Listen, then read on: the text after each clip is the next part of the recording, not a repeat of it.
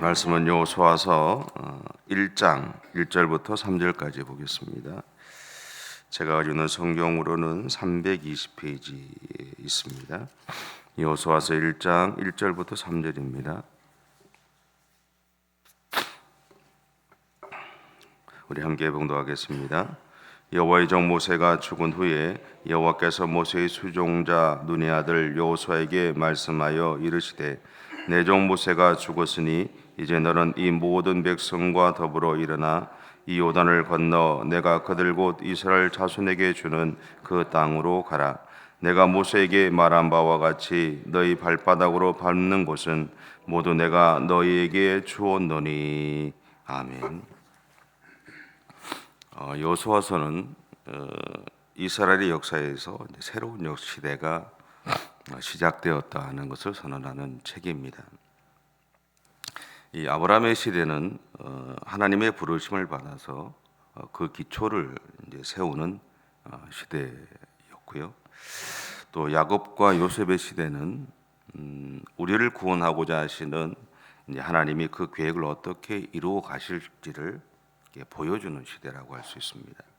다시 말하면 애굽에서 직사로 대접을 받으며 시작됐던 역사가 430년을 거치면서 노예로 마무리되는 시대라고 할 수 있죠. 이 모세의 시대는 하나님의 구원하심이 우리의 현실이 되게 하는 시대라고 할 수 있습니다. 그리고 지금 여호수아의 시대는 하나님의 약속을 현실로 만들어가는 시대라고 할 수 있죠. 그런데 하나님의 약속이 우리의 현실이 되기 위해서는 필요한 것이 있습니다. 우리가 예수님을 통해서 일려진 이 구원의 은혜 안에 살아갈 수 있는 것은 그 일을 행하신 예수님을 믿음으로 시작되죠. 마찬가지로 오늘 하나님의 약속을 자신들의 현실로 받아들여야 하는 이스라엘 백성들에게도 당연히 그들이 해야 할 것이 있습니다. 그것을 7절과 8절이 이야기를 하는데요. 7절과 8절입니다. 같이 한번 읽어볼까요? 시작. 오직 강하고 극히 담대하여 나의 종 모세가 내게 명령한 그 율법을 다 지켜 행하고 우러나 좌로나 치우치지 말라. 그리하면 어디로 가든지 형통하리니 이 율법책을 내 입에서 떠나지 말게 하며 주야로 그것을 묵상하여 그 안에 기록된 대로 다 지켜 행하라. 그리하면 내 길이 평탄하게 될 것이며 내가 형통하리라. 아멘. 그러나 이 말씀은 오늘 여호수아에게만 하나님이 이제 요청하신 것이 아닙니다.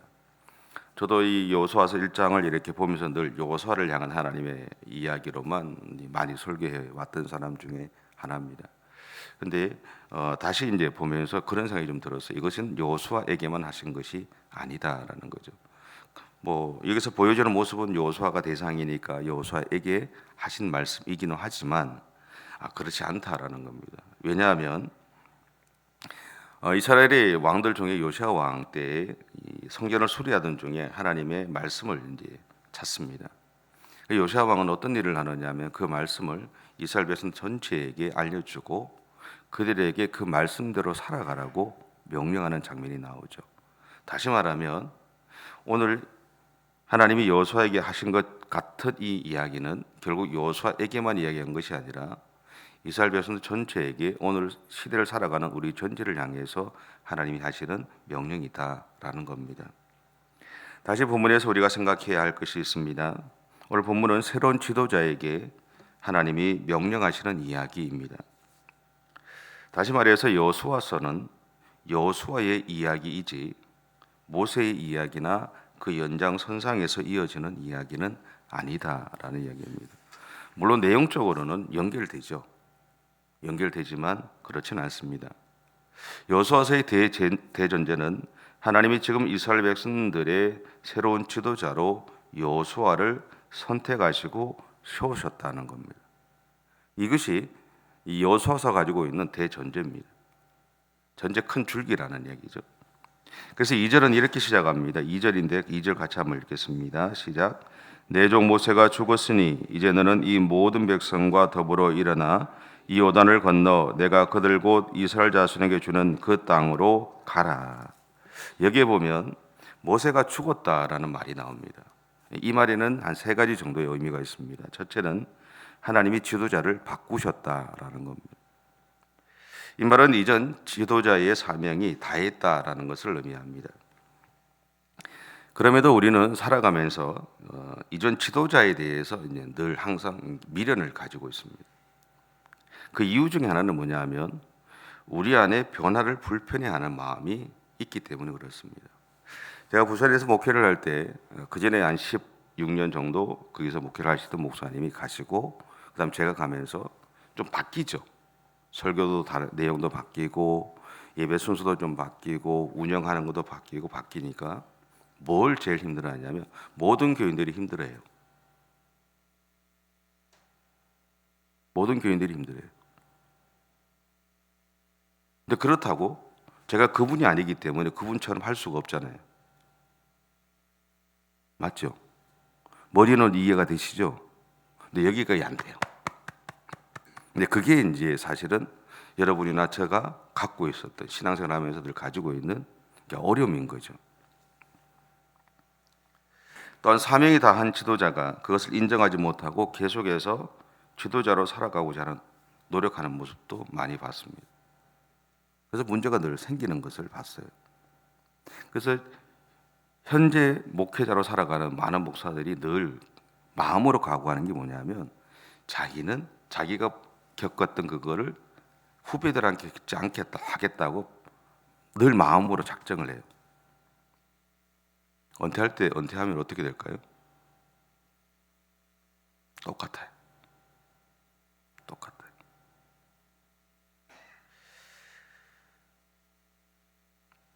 근데 우리가 살아가는 신앙의 여정에서는 하나님이 다니엘서에 보면 메네메네 데길, 사무엘서에 보면 나오죠. 메네메네 다니엘서죠. 메네메네 데길 우바라신이라는 이야기가 나오잖아요. 그죠? 그 이야기는 하나님의 저울에 달아보니 부족함이 되었다라고 얘기합니다.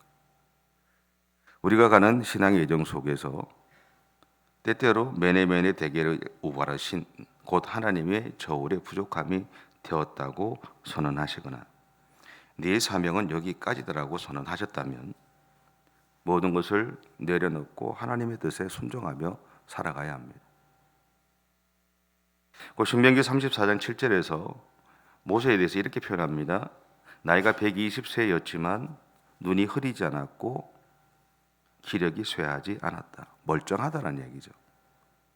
근데 그 모세를 하나님이 불러가셨다라는. 근데 하나님의 부르심에 모세가 순종하죠. 언제 죽었는지는 사실은 몰라요. 그 순간 바로 죽었는지 아니면 하나님 따로 정해주신 곳에 가서 모세가 자신의 남은 삶을 살다가 죽었는지 모릅니다. 근데 분명한 것은 뭐냐면 하나님의 뜻에 모세가 순종했다라는 거죠. 근데 바로 이 자세가, 이런 태도가 세상에서 화평을 이루는 삶이다라는 겁니다. 사람의 마음에는 누구나 내 안에 있는 욕심을 따라가고자 하는 마음들이 다 있습니다. 그런데 바뀌었다 그러면 바뀐 거죠. 두 번째는요, 이제 여호수아가 의지해야 할 분은 하나님뿐이다라는 선언입니다. 모세 시대에는 여호수아를 비롯해서 모든 백성들이 모세만을 바라보았습니다. 한마디로 그들은 모세를 바라보는 해바라기라고 할 수 있습니다. 어쩌면 그들에게는 하나님보다 모세가 더 중요했을 수 있습니다. 당시에 크고 작은 지도자들이 있었음에도 불구하고 그들의 생각에는 자신들이 마음을 두고 기댈 수 있는 존재는 모세뿐이었다라는 거죠. 그래서 아침부터 저녁까지 자신들의 문제를 모세가 해결해 주기를 바라며 줄을 서서 기다렸던 겁니다. 이 모습은 마치 목회라는 걸 한 20년, 25년 이상 이렇게 하면서 느낀 것 중에 하나가 있어요. 저희 선친도 목회를 담임을 했고 이렇게 보면서 느낀 게 뭐냐면 교회에서 담임 목사는 큰 무당이라고 그러고요. 부목사는 부교육자들은 작은 무당이라고 그래요. 부교육자 100번 가는 것보다 담임 목사 한 번 가면 교인들이 더 좋아해요.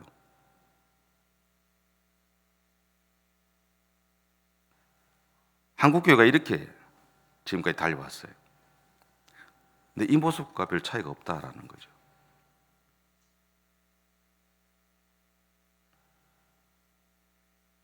근데 여러분 마음속에는 당연히 담임 목사님이 다 해주기를 바라는 마음이 있을 거예요. 누구나 다 그렇죠. 이왕이면. 근데 우리가 좀 고민을 해봐야 된다는 겁니다. 우리 신앙의 이정 동안. 제가 지금 하는 거는 좀 어려운 이야기입니다. 어렵다는 것은 마음이 어렵다는 이야기예요. 이거를 할까 말까 고민을 굉장히 많이 했어요, 사실. 마음이 어려운 이야기입니다. 그런데 그 마음의 어려운 부분들을 때로는 한번 거쳐 가셔야 돼요. 정리하셔야 돼요. 이스라엘 백성들에게는 모세뿐이었어요. 여호수아가 세워진 다음에도 모세뿐이었어요. 그들이 기대하는 것은 모세뿐이었어요. 왜 하나님이 모세의 무덤을 없앴을까요? 그의 흔적을 존재하지 않게 하셨을까요? 제가 여호수아서가 여호수아의 이야기지 모세의 이야기거나 그 연장선상에서 연결되는 이야기가 아니라고 선언을 했어요. 그죠?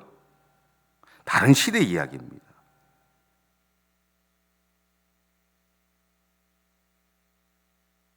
분명한 것은 여호수아 때는 끊어졌다는 거예요. 왜냐하면 모세만을 바라보지 않았어요. 여호수아 때는 여호수아만 바라보지 않았어요. 왜냐하면 모세 때 만든 천부장, 백부장, 50부장의 제도가 이스라엘 백성들의 사회에 정착했기 때문입니다. 첫째는. 두 번째는 뭐냐면 여호수아는 태어나면서부터 그들과 함께 자랐어요. 물론 지금 가나안 땅에 들어가기 일보 직전에 이 사람들과의 관계는 다를 수도 있어요. 근데 분명한 것은 뭐냐 하면 모세는 어릴 때부터 태어나면서부터 그들의 공동체 안에서 함께 먹고 자고 생활하였던 사람이라는 거죠. 그래서 이스라엘 공동체 안에서는 여호수아를 향한 특별함이 많이 상실되었다. 예를 들어 제 선친의 목회를 하던 교회를 지금 가면 거기 가면 제 후배들이 있고요, 선배들이 있어요, 제 제자들이 있어요. 그 아이들이 장로가 되고 권사가 되고 안수집사가 돼 있어요. 그리고 제가 어릴 때 태어나서 그분들과 함께 코찔찔 흘리면서 말 안 듣던 그 모습을 다 기억하는 어른들도 지금 계세요. 그럼 그분들이 저를 볼 때 뭐라고 부르실까요? 이름을 불러요. 왜냐하면 그분들에게는 저는 본인들의 자녀들의 친구이거나 선후배거든요. 아니면 어릴 때부터 봐왔던 아이거든요. 그거 당연하죠. 목사인 게 모르는 것이 아니라 알아요. 아는데 그분들에게는 그게 더 익숙하다라는 거죠. 목사보다는 김윤영이라는 형, 오빠, 후배, 아니면 내 아이의 친구, 그게 더 가까이 다가온다라는 거. 그래서 여호수아 시대에는 여호수아가 이전에 모세처럼 그렇게 이스라엘 백성들의 주목을 받지는 않았어요. 세 번째는요, 이제 여호수아의 시대가 시작되었다는 겁니다. 그래서 하나님은 3절을 통해서 여호수아에게 이렇게 약속을 하세요. 3절 같이 한번 읽겠습니다. 내가 모세에게 말한 바와 같이 너희 발바닥으로 밟는 곳은 모두 내가 너희에게 주었노니. 그러면서 구체적으로 5절에서 이렇게 하시겠다고 약속을 하시는데요. 5절입니다. 내 평생에 너를 능히 대적할 자가 없으리니 내가 모세와 함께 있었던 것 같이 너와 함께 있을 것임이니라. 내가 너를 떠나지 아니하며 버리지 아니하리니. 여러분, 이 말씀은 새로운 지도자에게 하시는 하나님의 약속입니다. 그리고 그에게 이러한 능력을 주시겠다는 거고 권위를 허락해 주시겠다는 거죠. 이것을 주신 분이 하나님이시기에 그를 높이시는 분도 하나님이라는 거죠. 그러니까 새롭게 지도자로 세워진 여호수아가 할 일은 하나님의 인도하심을 따라서 살아가는 겁니다. 마찬가지로 오늘 그리스도인으로 살아가는 우리를 찾아오신 하나님은 우리를 가정과 삶의 현장으로 보내면서 이렇게 약속하세요. 내가 너를 네 가정과 삶의 현장의 지도자로 세웠다. 그러니 너는 그 현장에서 하나님의 사람으로 하나님의 살아계심을 드러내며 살아가야 한다. 이것이 바로 오늘 우리가 가야 할 믿음의 방향이고 길입니다. 목사만 지도자가 아니라 여러분 각자가 여러분의 가정 안에서 영적인 지도자로 하나님이 세우셨다는 것이고, 그 영적인 지도자로 세웠기 때문에 여러분을 통해서 하나님은 영광을 받기를 원하신다는 거죠. 그리고 여러분의 삶의 현장에서도 하나님은 각각 여러분들을 그 현장 속에서 지도자로 세우셨다는 거죠. 크고 작든 그 현장 속에서 여러분이 어떤 삶을 살아가기를 원하시는 것, 그것은 여러분의 삶을 통해서 하나님이 드러나기를 바라신다는 겁니다. 그것이 오늘 그리스도인으로 살아가는 우리가 감당해야 될 무엇이라는 사실들을 꼭 기억하시고, 오늘 하루도 그렇게 하나님 앞에서 하나님이 여러분을 부르셨던 그 부르심에 순종해서 그렇게 믿음의 삶을 살아가 주시기를 바랍니다. 기도하겠습니다. 사랑의 주님, 감사합니다. 우리를 사랑해 주셔서 하나님의 백성으로, 또 하나님의 자녀로 온전한 믿음의 길을 달려갈 수 있도록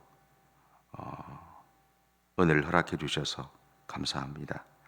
주님의 그 부르심에 온전히 순종하며 믿음의 길을 달려가는 우리의 삶이 되어줄 수 있도록 하나님이 인도해 주시고, 주께서 우리 각자에게 부여해 주신 그 사명들을 최선을 다해서 감당해 갈 수 있도록 하나님 인도해 주옵소서.